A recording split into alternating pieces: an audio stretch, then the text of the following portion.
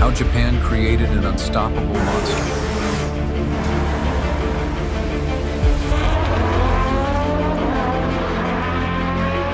No one really cares about second place.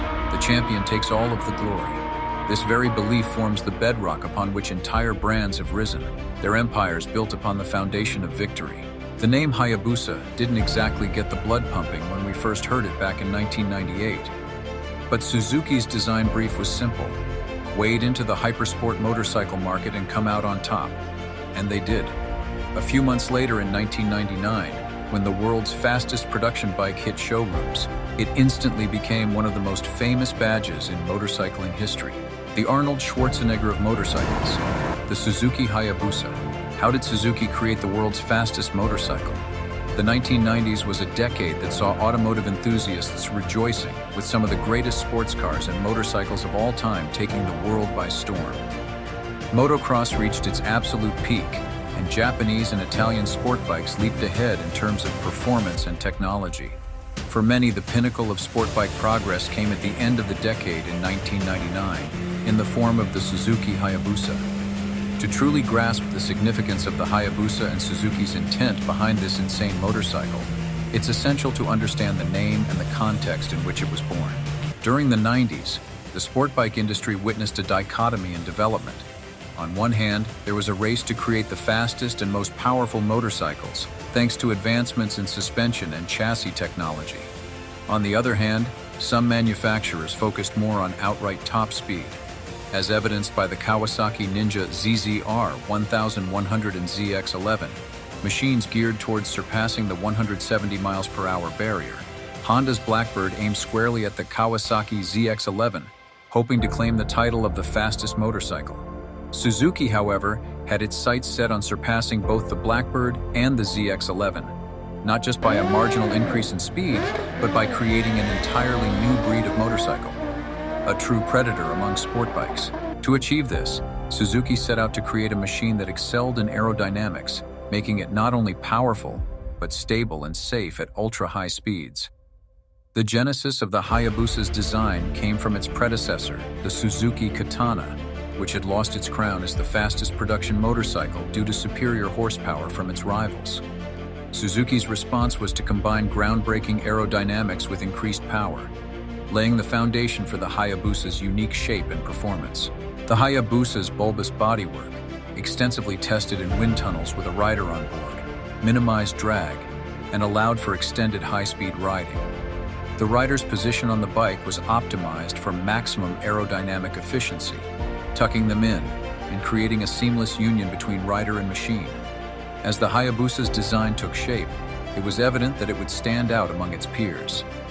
Koji Yoshiura, the lead designer, deliberately aimed for a somewhat grotesque look to create a strong initial impact. The design evoked a locomotive's smooth and elongated shape, emphasizing smooth surfaces to reduce drag and pressure from crosswinds and heat movement at high speeds. Before Suzuki stole the name, a Hayabusa was a Japanese bird of prey that hunts blackbirds and can reach speeds approaching 300 km in a dive. In 1999, the Hayabusa was unleashed upon the world, breaking records and setting new standards. Its 1,300cc inline-4 engine produced 175 horsepower, catapulting the bike to blistering speeds in mere seconds.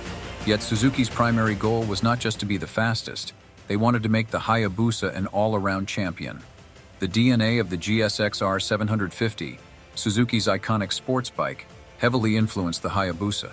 The transverse inline-4 engine, chassis, and suspension were fine-tuned to deliver not only incredible power, but also exceptional handling and rideability. The result was a motorcycle that was not just a straight-line beast, but also a comfortable and versatile machine suitable for daily commutes, long-distance touring, and spirited rides on twisty roads. The Hayabusa's legendary status was cemented when it outperformed the Honda Blackbird and Kawasaki ZX-12R, becoming the fastest production motorcycle of its time.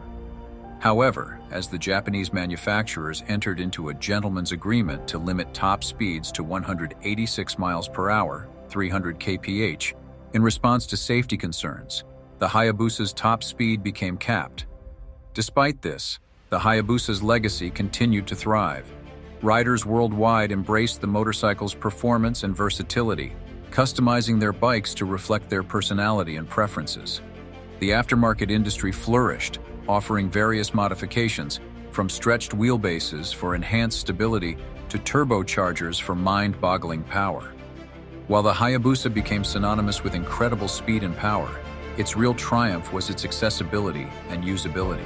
It proved that a high-performance machine need not be a temperamental track-only monster, but could serve as a thrilling daily ride for enthusiasts of all levels. Apart from colors, a few tweaks, and the speed limiter, the Suzuki Hayabusa was essentially unchanged from 1999 to 2007. For the 2008 model, Suzuki upped the capacity and added titanium valves to produce more power, fitted a slipper clutch and a new steering damper, added 3 riding modes to the electronics, shoved in revised suspension and a stiffer swing arm, added radial brakes with new calipers, all to make the bike go, stop, and handle better, while being a bit more civilized, catering to an ever-growing fan base. The designers also went to town on the bodywork, making it even more radical. In 2013, Suzuki switched to Brembo brakes and added ABS. In 2022, Suzuki introduced the third-generation Hayabusa, fusing modern technology with the original design philosophy. The worst thing about the Hayabusa is its appetite for rear tires. Luckily, tire technology has improved in the last 20 years, and prices have been very stable, so it doesn't cost as much to keep one shod as it used to.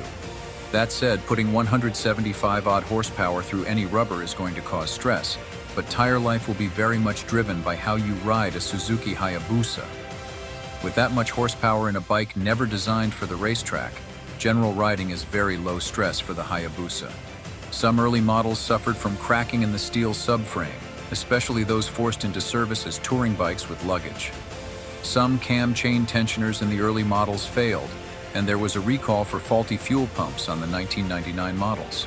Later models, from the minor revisions early this century to the later updated versions, are all bulletproof if left standard.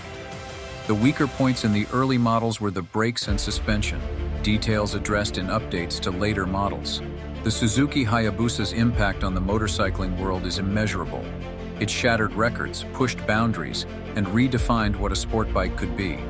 Beyond its incredible top speed, the Hayabusa inspired riders to explore new possibilities, demonstrating that engineering brilliance and performance could coexist with comfort and versatility.